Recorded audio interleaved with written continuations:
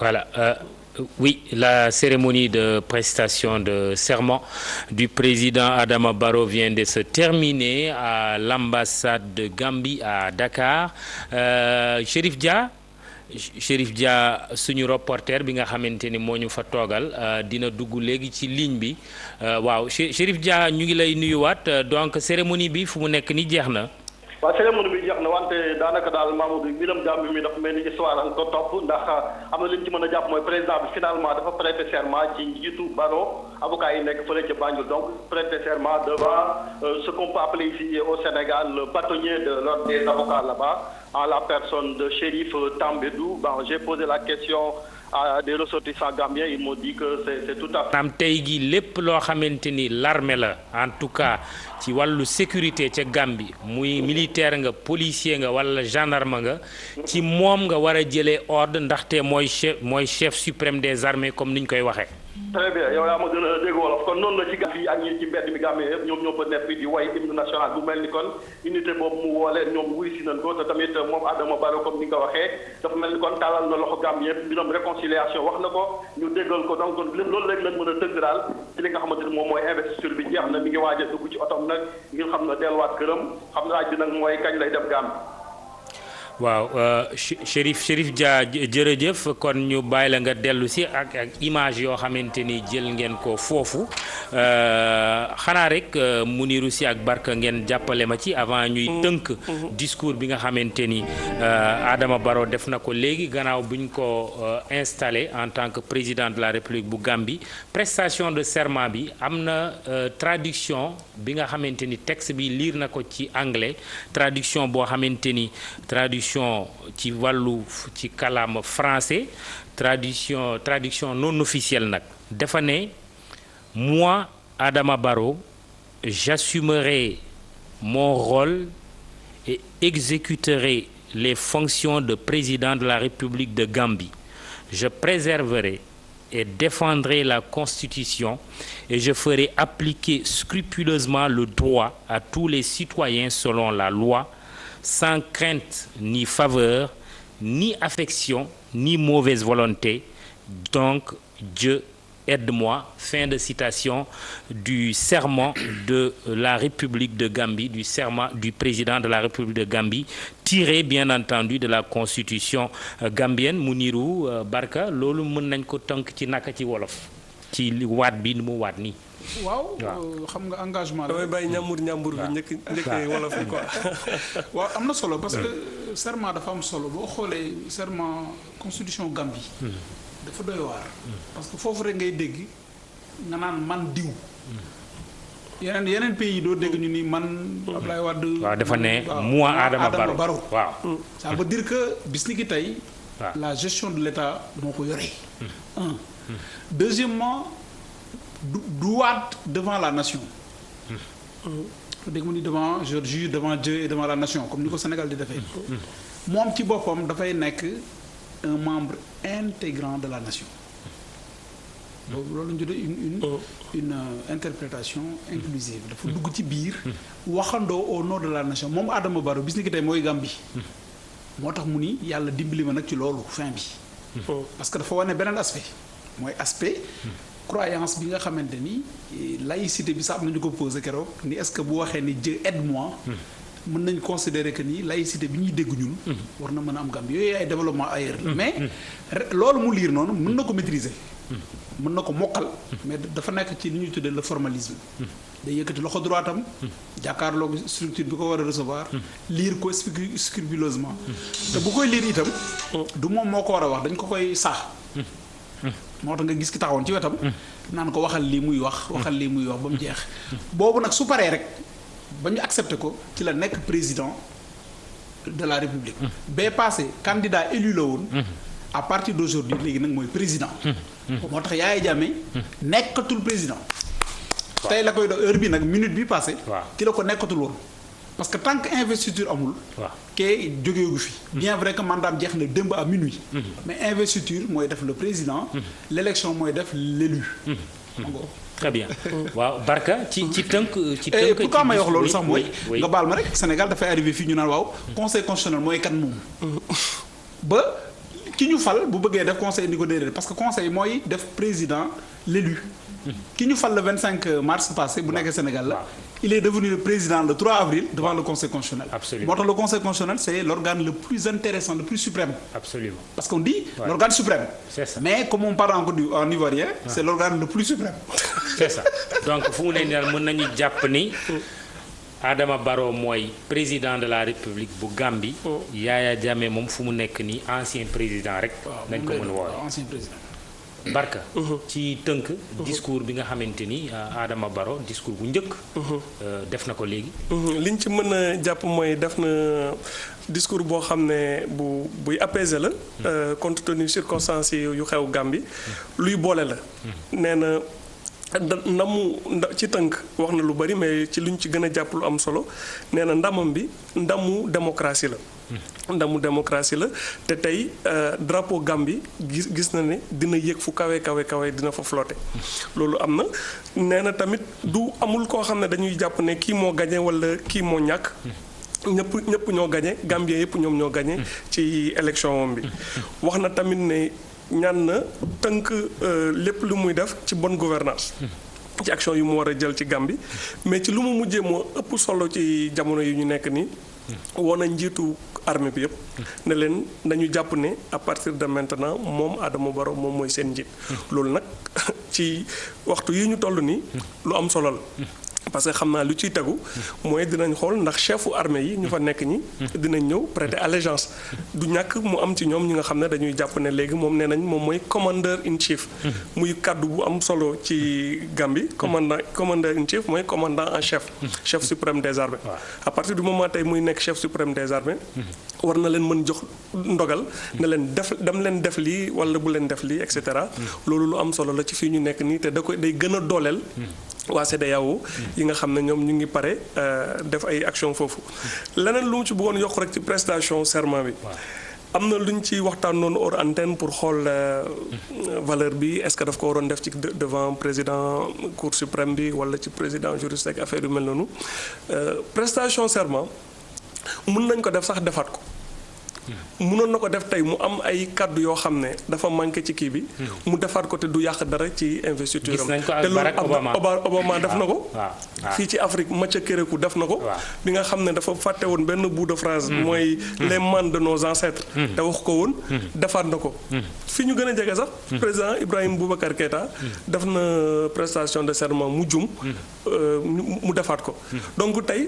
Adama Barrow su ko neexoon fekk une semaine mu defaat prestation de serment donc symbole la rek bu nga xam ne après dañ koy def ci procès verbal ñu jàpp ne léegi bés bi nit que ni tey nekk na président mais tey même su ci lajjoon wala mu am lu mu fàtte woon ci prestation bi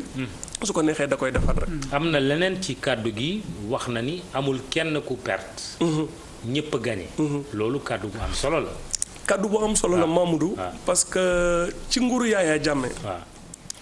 lu gën a nasaxal démocratie foofu noonu mooy lu sensible Yaya Jammeh nguuram dafa indi ay problème mu xeet ci biir Gambie mu nekk li nga xam ne balaa mu fay nekk problème yooyu musul am te dañ koy tudd ñu mu gën a viser ci nguuram bi soose yi la woon wax ci ba ci campagne électorale bi jël na ay kàddu yoo xam ne yu ñagas teg ko ci kaw soose yi du soose yi rek nag la Yaya Jammeh musa même joolaa yi nga xam ne ci la bàyyeekoo am na ci ñoo xam ne ay victimes am nañ muy bël yeeg ñeneen ak ñeneen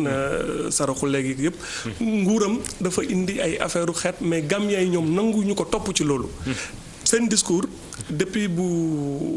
Adama Barrow gagné mooy tabaxaat réew mi ci base yi nga xam ne kenn dootul wax ni kii soose la wala kii joolaa la wala kii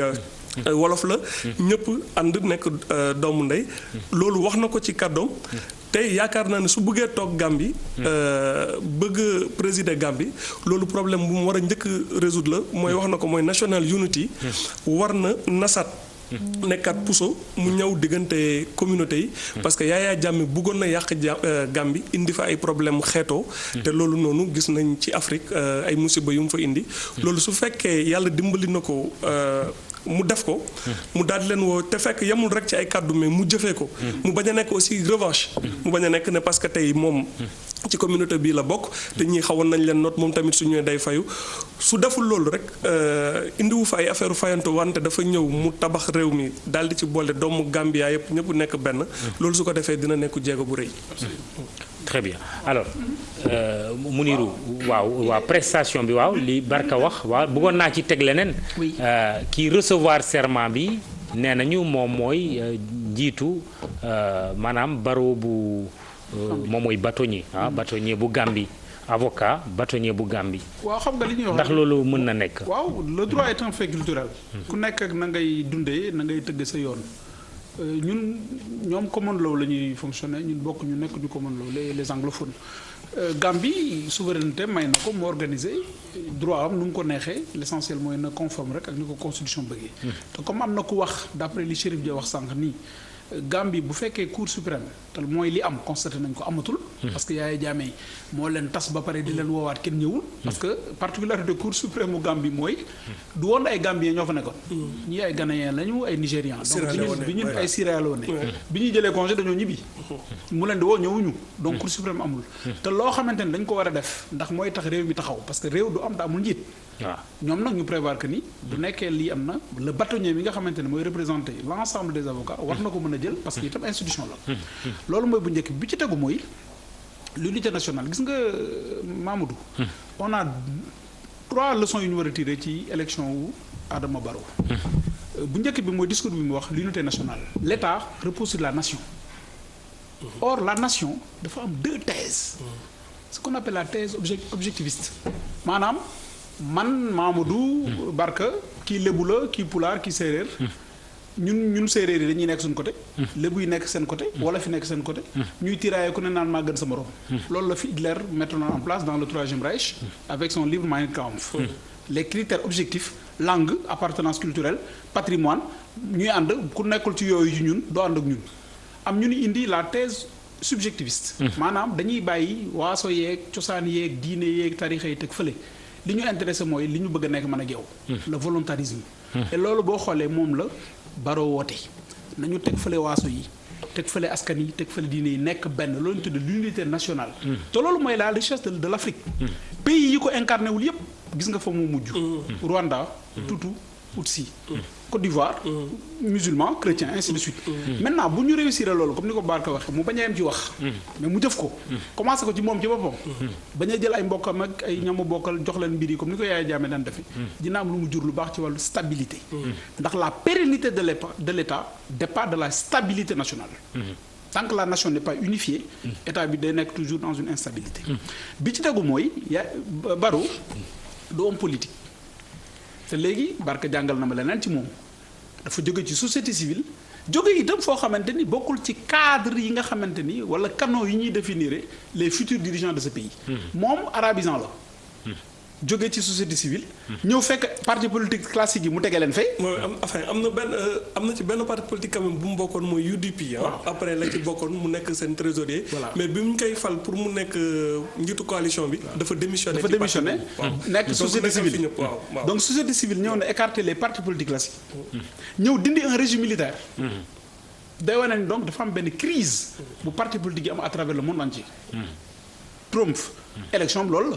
c'est la crise des partis politiques. mu doon arabisant. de quoi décomplexer tous les arabisants. donc léegi il faut ñu arabisants yëpp décomplexer même ñun ça nous concerne aussi. waaw ça nous concerne suñuy baay ak suñuy maam yëpp ay arabisants lañ. donc war nañ mën a ñëw bokk ci mbir mi doxal dëkk bi ndax ki jiite Gambie tey. ab arabisant la. bon deuxième chose li nga xamante ni c'est très important mooy l'armée bi mu woo. te défection bi commencé wul tey bi si guddi ay vers 3 heures du matin dégg naa ñu ni. le contre-amiral Sergio Fofana bi nga xamante ne moo yore la marine gambienne moom wax na ni à partir d'aujourd'hui Barrow moom mooy président wax na ko bii donc ça veut dire que en plus de l'état-major bu wax ni moom du xeex ak CEDEAO parce que waxagul fu mu jëm ñii commencé nañu wan ni ko yow bis ni ki tey yaa fii président donc defe naa appel boobu ñu bari dañ ko entendre mais li nga xamante ne aussi déploré naa ko mooy un silence de nos parlementaires man dégguma leen tey assemblée nationale bu Sénégal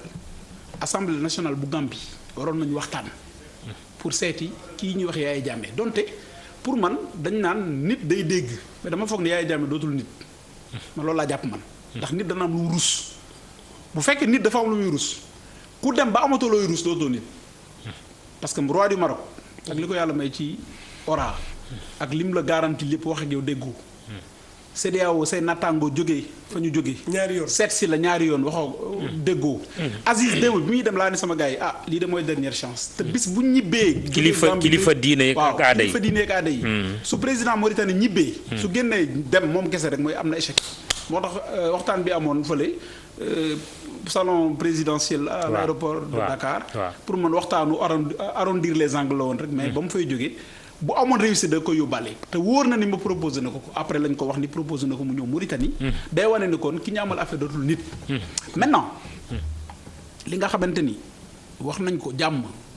ci la lépp xaj. kuy woote guerre da nga ko xamul. waaye nag pour restaurer l'ordre constitutionnel. parfois il faut utiliser la force. parce que nekk na président. mais demagul Gambie. kan moo nekk locataire u Gambie. actuellement locataire palais présidentiel Gambie c'est Yaya Jammeh il faut ñu jëli ko parce que néegu sëy la ñaari soxna mënuñu fa nekk absolument kii ñëw di dugg ci néeg bi kee day génn moom mu dugg ñaari kuy mënuñu bokk mbalka te nag kuy bee comme dafa bañ nag am kuy yu ëpp solo gën ko ëpp doole jële ko fa nag ci xel ak xereñ mais bañ a indi dalante léegi nag le comment loolu expertise u militaire yi lañ mais daal Yaya Jammeh mooy li ma gëm tey warul la fanaan palais présidentiel bu Gambie parce que bis ni ki tey Barrow moo fay président moo fa war a dugg pour fanaan fa loolu laa xalaat beneen mbir bi peut-être ñu mën koo njort Barkaba parce que fu mu nekk nii boo xoolee Adama Barrow li mu wax ci discours am bu njëkk mooy wone ni tey gi moom mooy président de la République bu Gambie moom mooy dogal wax nga ko sànq moom mooy le chef suprême des armées donc moom mooy dogal ci gàttal ndax mën nañu njort ni mu former gouvernement fii ak peut-être ay waxtu pour loolu mën koo matal. waaw surtout que comme am na diir bi nga xam ne dox na digganteem ak prestation de serment bi parce que depuis élection yi bu ñu génnee ba léegi presque daanaka léegi mu wat ñaari weer xëy na loolu formalité lay nekk parce que coalition lañ ñoom ñoo ngi doon diisoo am na sax liste bu génnoon bi ñuy wax ne diw moom mooy nekk ministre tel et cetera mais loolu moom nekkagul woon lu wër formation gouvernement bi luy gaaw la war a nekk mais dama yaakaar ne même balaa muy former gouvernement moom tey lu muy njëkk def mooy waxtaan ak chef armée yi ba xam kan moo ànd ak moom ak kan moo àndul ak moom loolu defe naa tey ci phase militaire bi lañ nekk ci fii ak ay waxtu yu néew wala fii ak suba di nga dégg officiellement que diw ñee na moom rallié na wala rallié wuñu boobu dinañ am situation bu gën a claire ñëpp ñu rallié ànd ak moom dañ leen di jàpp ne léegi ay soldats légaliste lañ loyaliste lañ képp ki nga xam ne nanguwoo Adama Barrow mooy sa président ñu jàppale na rebelle nga que rebelle dañ lay traité comme un rebelle. man nag foofu laa bëgg a yokkee lu ndaw rek gis nga li ma ragal mooy armée gambienne bi officielle bi dañuy rangé wu mais li ma gëm te xaw ko am ci ay information yu ndaw mooy Yaya Jammeh ñu ko wër dootuñu ay militaire u Gambie foofu la coow li nekk. waaw parce que gars yi mën nañu. képp kuy militaire rejoindre ñu. gars yi dem mais ña fa nekk ay mercenaires lañ. waaw temps yële wax nañu que recruter na ay mercenaires yu jóge Libéria Sierra Leone ak ñoom seen waaw. est-ce que du loolu la Yaya Jammeh xam ba tax mu toog fi mu toog. waaw donc buy guerre du am est-ce que du ñooñu ñooy guerre ak waa CEDEAO foofu la coow li nekk. waaw léegi ñu jeexal rek ci suñu kàddu gu mujj dernier tour de table ñu tàmbale ko ak yow Mounirou Sy lan moo war a doon tey gi taxawaayu Sénégal. bu ñu xamee relation boo xamante ni bu fort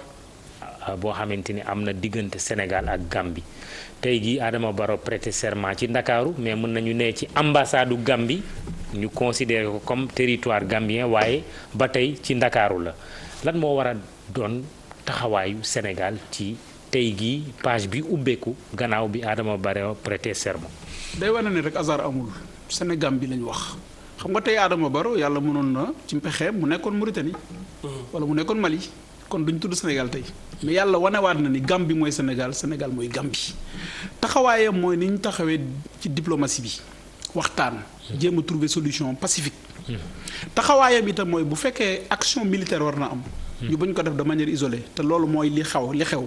CEDEAO nga xamante ni membre état CEDEAO yëpp ñoom ñooy décider ku ne yóbbu say militaire ñu boole kuréel goo xamante ni CEDEAO lay tudd ñu agirandoo Sénégal bañ ci fés parce que dañuy comme li ñuy wax rek ku ñuy jiiñ dëmm ngay seeñoo yaxi liir mu bañ a nekk loolu ñu defandoo ko ci wàllu communauté CEDEAO bu nekkee action militaire am na te ñaanuñu ko bi ci tegu nag mooy nañu xoolaat sunu Sénégal bii parce que man dama gëm ni il faut ñu tegaat ko sur la table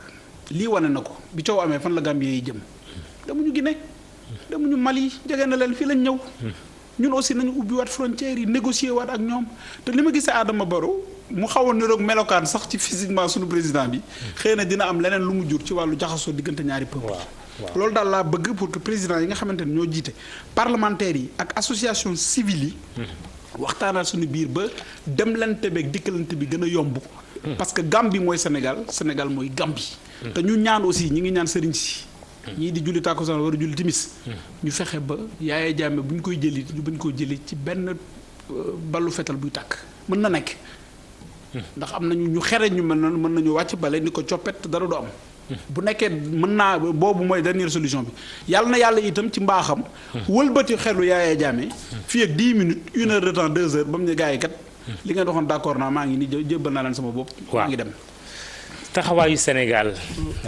Mounirou rafetlu ko mais mu mën doon aussi couteau à double tranchant comme ni ñu koy waxee est-ce que xaw nga ci ñaaw njort wala non man dama ci rafet njort dama lay raconter rek Mamadou benn anecdote pour wane li ñuy wax ne Sénégal ak Gambie ay doomu ndey lañ benn bopp la kenn mënu ko xar ñaar nit ñi dañuy yaakaar ne loolu ay rafetal la rek dama nekk foofu Gambie jour bu président Buhari ak ñoom Ellen Johnson Sirleaf ñëwee di war a rencontrer Yaya Jammeh balaa ñuy rencontrer Yaya Jammeh dañoo waroon waxtaan ak ay kilifa armée bi te Ousmane Badji jiite leen ma nekk ak Ousmane Badji di waxtaan ak moom après am benn officier bu ñëw mu jege si ma ñuy waxtaan ñu làkk wolof waa ji ne moom mu ngi ci biir armée Gambie ne ma dëkk yi benn dëkk la ma ne ko mu ne ma man sama mag bi ma bokkal ndey ak baay mu ngi nekk Sénégal di liggéeyee foofu ci benn service de sécurité dem naa Darfour man ma nekk Gambien moom mu nekk sénégalais ñu daal di tase ci même contingent Darfour Sénégal ak Gambie mu ne parce que baayam dafa jóge woon Gambie daal di jël kenn ci ñoom yóbbu ko Sénégal mu inscrire ko école après kooku am ay papiers sénégalais keneen ki des Gambie donc mu nekk symbole boo xam ne c'était très émouvant te famille boo fa dem Gambie am nañ mbokk wala ñii ay saalum lañ wala seen maama fi ñëw ñii kenn mënul jaxase mënul dëmaleeg soo remonté ci benn maam wala ñaari maam affaire bi du ci ay wax rek Sénégal ak Gambie ñëpp benn lañ léegi pour tontu ci question bi nga wax loolu lii chance historique la pour rebâtir ay relation yu tabaxaat relation yu bees diggante ñun ak Gambie ba pare dañ ci war a bàyyi xel bu baax a baax sa dëkkandoo même soo d'accordul ak moom mënoo ko bërgal lu tax may wax loolu mooy que xam nga ñun Mamadou ci suñu histoire dafa am benn date boo xam ne moom mooy date repère bi ma jàpp ne moom moo déterminé suñu relation après ñun ñëpp ak suñu voisin muy 89 1989 Sénégal nar ak guerre ak Mauritanie mu metti lool après événement yu ñu fa gis yi 89 Guinée-Bissau di xëccoog Sénégal territoire ak pétrole ba ñu naroon guerre ak ñoom ci période boobu loolu la Daouda Diawara daal di wëlbatiku daal di dénoncer loolu moo indi après Abdou Diouf mere Daouda Diawara bërgal ko seetaan ko ba bu Yaya Jammeh jógee di def coup d'état en 94 Sénégal mënoon na ko empêcher bien intervenirul mais ma jàpp ne loolu après Yaya Jammeh depuis bu mu toogee def 1 an 2 ans ci pouvoir bi ñu gis nu mu commencé doxalee di faat ay bakkan parce que man dafa am ay faits yoo xam ne dafa ma marqué Yaya Jammeh arrive au pouvoir 94 95 Babonda 25-30 morts en Casamance 97 Madina Mankagne près de 30 morts sénégalais ci période bu Yaya Jammeh nekkee au pouvoir le Sénégal gën a am ay pertes biir Casamance donc relation bi gis nañ nu mu ñagasee te ñu supporté ko pendant 22 ans loolu lu nga xam ne la waratul mën a am amatul koo xam ne war nga toog Sénégal wala Gambie koo xam ne da ngay yàq diggante ñaari dëkk yi ñu bàyyi la ngay doxalee noonu. jërëjëf Barka Ba jërëjëf Mounirou Sy Ablaye Der aussi mi ngi fa woon Chérif Dia nekkoon en direct ci ambassade du Gambie fii ci Ndakaaru merci au réalisateur Vieux Diouf et à toute l'équipe technique, la direction des programmes, la rédaction autour de Aïssatou Diop Fall. Nous sommes donc au terme de cette édition spéciale consacrée à la prestation de serment du président Adama Barrow de la République de Gambie, qui remplace à partir d'aujourd'hui Yaya Jammeh, qui est encore au palais présidentiel, le White House, là-bas à Banjul. Mais comme vous le savez, il y a également qu'au plan militaire, la force militaire de la CEDEAO est autour du territoire gambien. On a parlé au cours de cette édition, selon une source militaire, d'un blocus naval de la Gambie, mais également d'une reconnaissance aérienne que cette force de la CEDEAO est en train de faire au-dessus du territoire gambien. On attend à 18h le vote de la résolution introduite par le Sénégal du Conseil de sécurité pour donner mandat ou pas à la CEDEAO de pouvoir intervenir en Gambie pour que le président qui vient de prêter serment, Adama Barrow, puisse donc disposer de tous les pouvoirs. Et il est attendu certainement dans les prochaines heures ou les prochains jours la formation du nouveau gouvernement gambien. Je vais quand même vous donner une autre information qui n'a rien à voir avec la politique. En sport, au football, la Tunisie mène devant l'Algérie par 2-0 et tout à l'heure, à 19h, le Sénégal fera face au Zimbabwe pour sa deuxième sortie. Mon maillot, ben Bouba insiste pour que je monte le maillot du Sénégal. Ben on va là, il est juste là derrière moi. Ben voilà, un joli maillot qu'on vient de me faire parce que je suis un fervent supporter comme vous des Lions du Sénégal. Et puis bon voilà, derrière et puis voilà, il y a ce joli truc. Voilà. Ben vous aurez votre maillot Barka Ba et Mounirou Sy. Ben 19h, on va suivre ensemble le match du Sénégal face au Zimbabwe. Une autre information. Vraiment, on est au regret de vous dire, RFM l'a déjà annoncé, que suivant une décision de la RTS, en accord avec le groupe Lagardère, là-bas en France, qui a l'exclusivité des droits de retransmission des matchs de la CAN, Lagardère, groupe boo xamante ni mu ngi bàyyi ko tugal loolu mooy Afrique fu mu nekk ni même suñu compétition ñeneen ñoo nga xamante ni ñu ngi nekk fële ci tugal ñoo ko yore. Donc à la suite de cette décision, nous sommes au regret de ne pas retransmettre en direct les matchs du Sénégal sur les ondes de la RFM, mais possibilité nous est offerte de retransmettre les autres matchs. Vous pouvez continuer à entendre donc les belles voix d'Ablaye Diaw, de Malal Diagne Junior, de Youssouf Bodian avec bien entendu Sode Thiam et notre consultant Tassirou Diallo. Ben, on aurait aimé que ce soit les matchs du Sénégal qu'on puisse retransmettre pour vous, mais bon, c'est une décision, on n'y peut rien. Bon, tout un débat pour peut-être les compétitions à venir, pour quand même poser le débat sur les droits de retransmission, parce que les choses ont beaucoup évolué aujourd'hui dans le monde, plus particulièrement dans le domaine du sport. Merci, à très bientôt, à 18h, vous avez rendez-vous avec Koutia Show.